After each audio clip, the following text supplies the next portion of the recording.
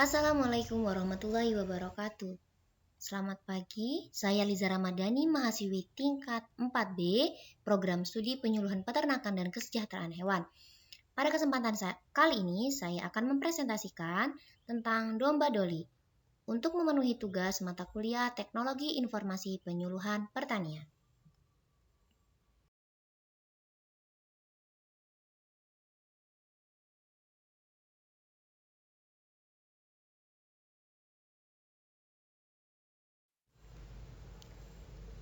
Langsung saja kita masuk penjelasannya. Yang pertama, cloning. Apakah cloning itu? Cloning berasal dari bahasa Yunani, klonus atau klon yang berarti ranting, stek, tunas, atau cangkok. Atau dalam bahasa Inggris disebut clone, yang berarti potongan yang digunakan untuk memperbanyak tanaman. Secara definisi, cloning merupakan suatu upaya atau tindakan untuk memproduksi atau menggandakan sejumlah individu yang hasilnya secara genetik sama persis atau identik berasal dari induk yang sama, sehingga mempunyai susunan, jumlah, dan gen yang sama. Klon merupakan sejumlah organisme yang terbentuk melalui hasil reproduksi aseksual dan berasal dari satu induk hewan yang sama. Setiap bagian klon tersebut memiliki susunan dan jumlah gen yang sama. Domba doli. Domba doli merupakan bukti bahwa cloning dapat dilakukan.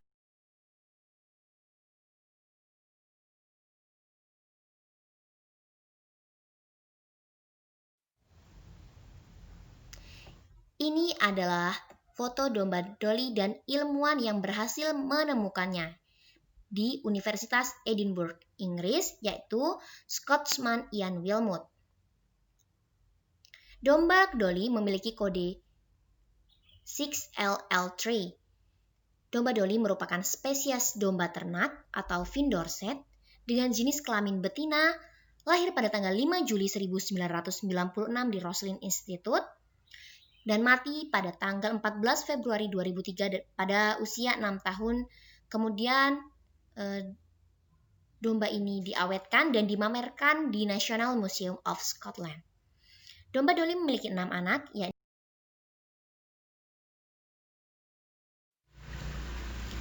Mengapa ilmuwan melakukan cloning? Karena cloning memberi banyak manfaat dalam berbagai bidang kehidupan. Yang pertama, ilmu pengetahuan. Dimanfaatkan untuk mengembangkan ilmu pengetahuan, khususnya reproduksi, embriologi, dan diferensiasi. Yang kedua, memberikan manfaat untuk mengembangkan dan memperbanyak bibit unggul.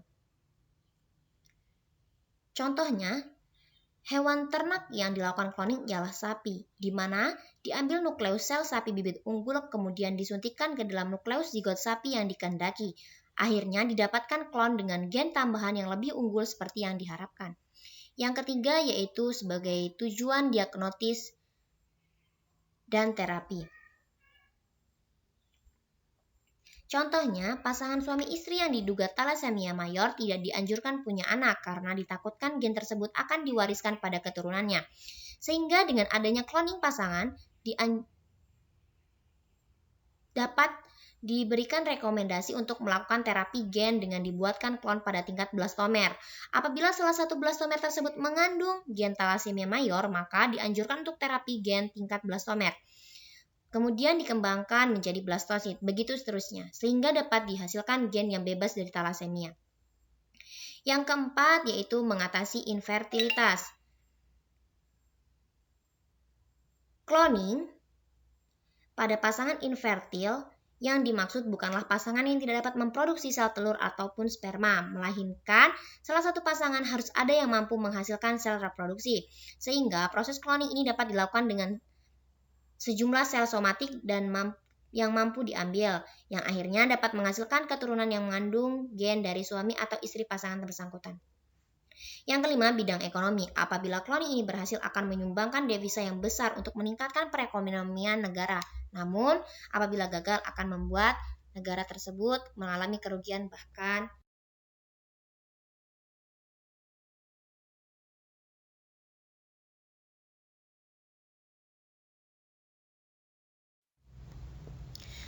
Apa saja dampak positif dari cloning? Yang pertama, teknik cloning merupakan alternatif untuk melestarikan hewan langka sehingga keberadaan hewan langka dapat terus dipertahankan. Yang kedua, teknik cloning membantu meningkatkan ketersediaan bahan pangan yang lebih banyak. Dengan melakukan cloning pada hewan ternak, maka ketersediaan pangan akan menjadi lebih banyak. Yang ketiga, teknik cloning berperan dalam menghasilkan sel, jaringan, atau organ yang sesuai untuk pengobatan akibat kelainan atau gangguan sistem organ. Yang keempat, teknik cloning membantu menumbuhkan spesies baru yang bebas penyakit.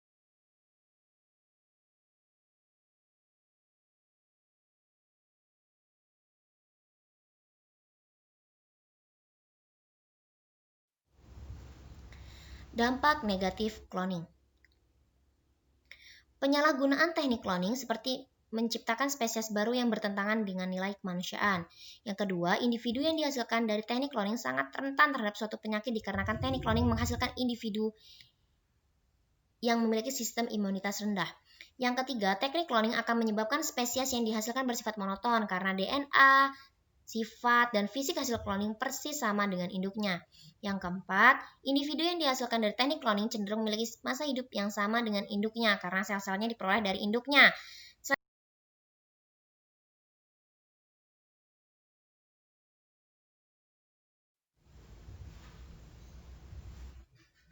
Sejarah domba Dolly. Prinsip dari teknik yang diaplikasikan untuk menciptakan domba Dolly sebenarnya sangatlah sederhana dan sudah ada sejak tahun 1975. Seorang ilmuwan bernama Gurdon mengambil nukleus atau inti sel dari sel telur katak dan menggantinya dengan nukleus dari sel usus. Hasilnya, kecebong-kecebong kecil itu mati sebelum tumbuh menjadi katak dewasa. Penemuan tersebut menjadi batu loncatan untuk menghasilkan domba Dolly.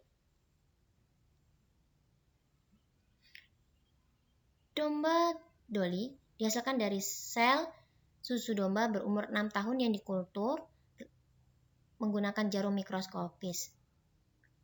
Pembiakan itu menggunakan metode yang pertama kali dilakukan dalam perawatan kesuburan manusia pada tahun 1970.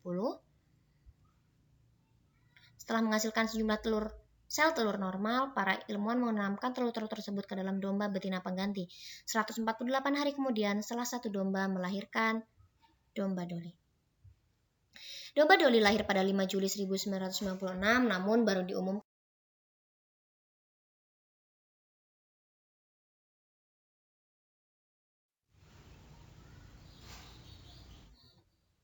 selama hidup singkatnya. Domba Dolly dikawinkan dengan seekor domba jantan bernama David dan akhirnya melahirkan 4 ekor domba pada bulan Januari 2002. Ia ditemukan menderita radang sendi di kaki belakangnya. Hal ini menimbulkan berbagai spekulasi mengenai kelainan genetik yang mungkin terjadi karena proses cloning. Hal ini karena DNA sang domba hanya menunjukkan bahwa ia akan berumur pendek tak lebih dari setahun. Namun, domba Dolly mampu bertahan hingga lebih dari setahun. Sayangnya, di umur 5 tahun, ia terserang penyakit artritis yang membuat sendi-sendinya membengkak. Hingga saat ini tidak diketahui apakah penyakitnya ini dikarenakan dia hanyalah seekor domba cloning. Akhirnya, di tahun 2003, domba Dolly meninggal karena virus yang menyebabkan artritis tersebut pada umur 6 tahun. Dolly hanya hidup dengan usia separuh angka harapan hidup domba pada umumnya. Namun sebelum meninggal, para peneliti ternyata masih berambisi untuk membuat cloning dari sel Dolly. Hal tersebut berhasil terjadi pada tahun 2007, saat peneliti di University of Nottingham berhasil melahirkan 10 ekor domba yang akhirnya disebut Nottingham Dolly. Ke-10 keturunan cloning domba Dolly tersebut tak semuanya bertahan. Hanya tersisa 4 ekor domba bernama Debbie, Dennis, Diana, dan Daisy. Mereka dipelihara dan dikembangkan bersama domba. Ini adalah proses pengkloningan domba Dolly.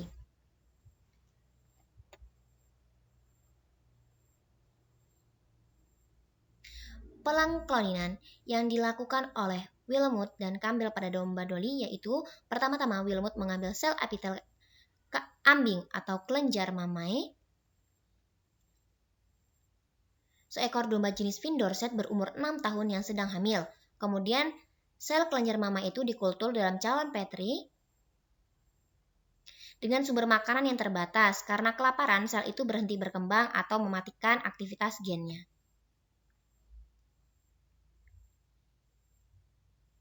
Sementara itu, mereka juga mengambil sel telur yang belum dibuahi dari seekor domba betina jenis blackface.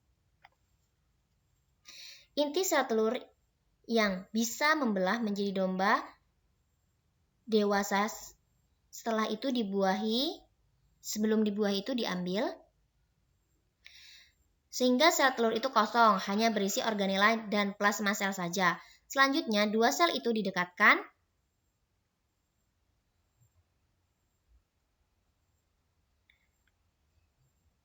satu dengan yang lainnya. Diberi kejutan aliran listrik yang membuat kedua sel itu bergabung seperti dua gelembung sabun. Seperti ini. Kejutan aliran listrik itu meniru energi alami yang muncul ketika telur dibuahi oleh sperma, sehingga sel telur inti baru merasa dibuahi lebih dari 6 hari kemudian. Sel embrio itu disuntikkan dan dititipkan ke dalam rahim seekor domba betina blackface lainnya, yang kemudian setelah mengandung selama 148 hari di rahim seekor induk domba titipan. Pada tanggal 5 Juli 1996, lahirlah seekor domba betina yang beri nama domba Dolly. Domba Dolly lahir dengan ciri-ciri sama dengan domba Dorset. Cloning domba Dolly termasuk teknologi transfer inti sel reproduksi cloning. Pada tipe reproduksi, DNA yang berasal dari sel telur hewan dihilangkan dan diganti dengan DNA yang berasal dari sel somatik. Pada hal ini yaitu kelenjar mamae. Jadi, domba hasil cloning merupakan domba hasil perkembangbiakan secara vegetatif atau aseksual.